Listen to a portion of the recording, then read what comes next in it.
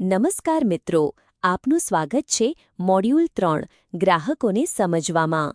દરેક સફળ બિઝનેસ પાછળ એક મહત્વપૂર્ણ કારણ હોય છે, ગ્રાહકને સારી રીતે સમજવા.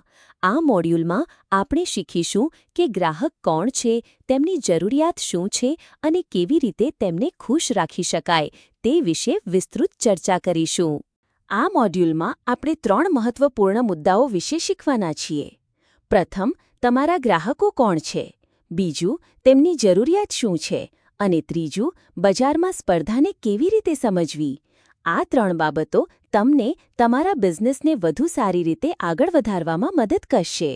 કોઈપણ વ્યવસાય માટે સૌથી મહત્વપૂર્ણ બાબત છે ગ્રાહકને ઓળખવા. ગ્રાહક એટલે તે વ્યક્તિ જે તમારી વસ્તુ અથવા સેવા ખરીદે છે. ગ્રાહકોને સારી રીતે સમજવા માટે આપણે કેટલાક મહત્વપૂર્ણ પ્રશ્નો વિચારવા જોઈએ. તમારા ગ્રાહકો કોણ છે? તેઓ કઈ ઉંમર જૂથના છે? તેઓ ક્યાં રહે છે અને તેઓ શું ખરીદવા માંગે છે? ઉદાહરણ તરીકે, જો તમે ટિફિન સર્વિસ શરૂ કરો છો, તો તમારા ગ્રાહકો ઓફિસમાં કામ કરતા લોકો, હોસ્ટેલમાં રહેતા વિદ્યાર્થી અથવા બહારગામથી આવેલા કર્મચારીઓ હોઈ શકે છે. એટલે કે જેટલું તમે તમારા ગ્રાહકોને સારી રીતે ઓળખશો, તેટલું તમારું બિઝનેસ વધુ સફળ બનશે. ચાલો પહેલા સમજીએ કે ગ્રાહક એટલે કોણ. ગ્રાહક એ એવી વ્યક્તિ છે જે તમારા દ્વારા ઉત્પાદન કરેલ વસ્તુઓ અથવા સેવા ખરીદે છે.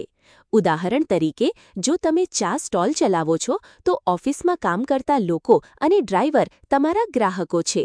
અને જો તમે સિલાઈનું કામ કરો છો, તો મહિલાઓ અને બાળકોના માતા-પિતા તમારા ગ્રાહકો બની શકે છે. હવે આપણે ગ્રાહકોના પ્રકાર સમજીએ. વ્યક્તિગત ગ્રાહક પોતાના ઉપયોગ માટે ખરીદે. વ્યવસાયિક ગ્રાહક બિઝનેસ માટે ખરીદે.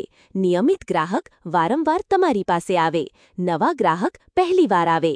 દરેક પ્રકારના ગ્રાહકને સમજવું મહત્વપૂર્ણ છે, કારણ કે દરેક સાથે વ્યવહાર અલગ રીતે કરવો પડે છે. દરેક ગ્રાહકની પોતાની કેટલીક જરૂરિયાત અને અપેક્ષાઓ હોય છે. સફળ વ્યવસાય એ છે જે ગ્રાહકોની જરૂરિયાતને સારી રીતે સમજે અને તેને પૂરી કરે. સામાન્ય રીતે ગ્રાહકો શું ઈચ્છે છે? સારી ગુણવત્તા, યોગ્ય કિંમત, સારી સેવા અને સમયસર ઉપલબ્ધતા.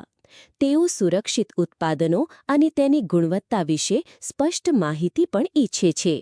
તેમજ તેઓને વિવિધ વિકલ્પોમાંથી પસંદગી કરવાની તક અને સમસ્યા આવે ત્યારે તેનો ઉકેલ પણ જોઈએ છે. ઉદાહરણ તરીકે, જો ગ્રાહકોને સ્વચ્છ અને ઘરેલું ભોજન જોઈએ, તો ટિફિન સર્વિસમાં આ બાબત પર ખાસ ધ્યાન આપવું ખૂબ જરૂરી છે. એટલે કે જ્યારે તમે ગ્રાહકોની જરૂરિયાતને સમજો અને પૂરી કરો, ત્યારે તમારું બિઝનેસ વધુ સફળ બને છે. હવે આપણે સમજીએ સ્પર્ધાની મૂળભૂત સમજ. સ્પર્ધા એટલે બજારમાં એવા લોકો અથવા વ્યવસાય જે તમારા જેવા જ ઉત્પાદન અથવા સેવા આપે છે.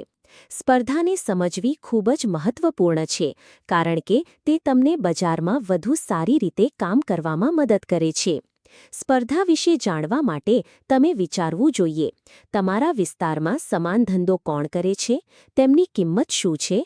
અને તેઓ ગ્રાહકોને શું ખાસ આપે છે?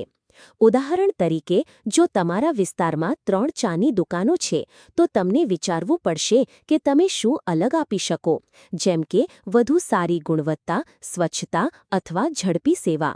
યાદ રાખો, સ્પર્ધા તમને સુધારવાની તક આપે છે અને તમારા બિઝનેસને મજબૂત બનાવે છે. ગ્રાહકોને સમજવાનો એક મહત્વપૂર્ણ રસ્તો છે તેમને વિભાગમાં વહેંચવા. આપણે ગ્રાહકોને ઉંમર, આવક અને વિસ્તાર મુજબ વહેંચી શકીએ છીએ.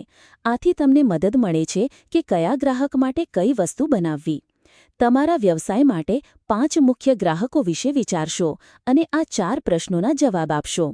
આ એક્ટિવિટી તમને તમારા ગ્રાહકોને વધુ સારી રીતે સમજવામાં મદદ કરશે.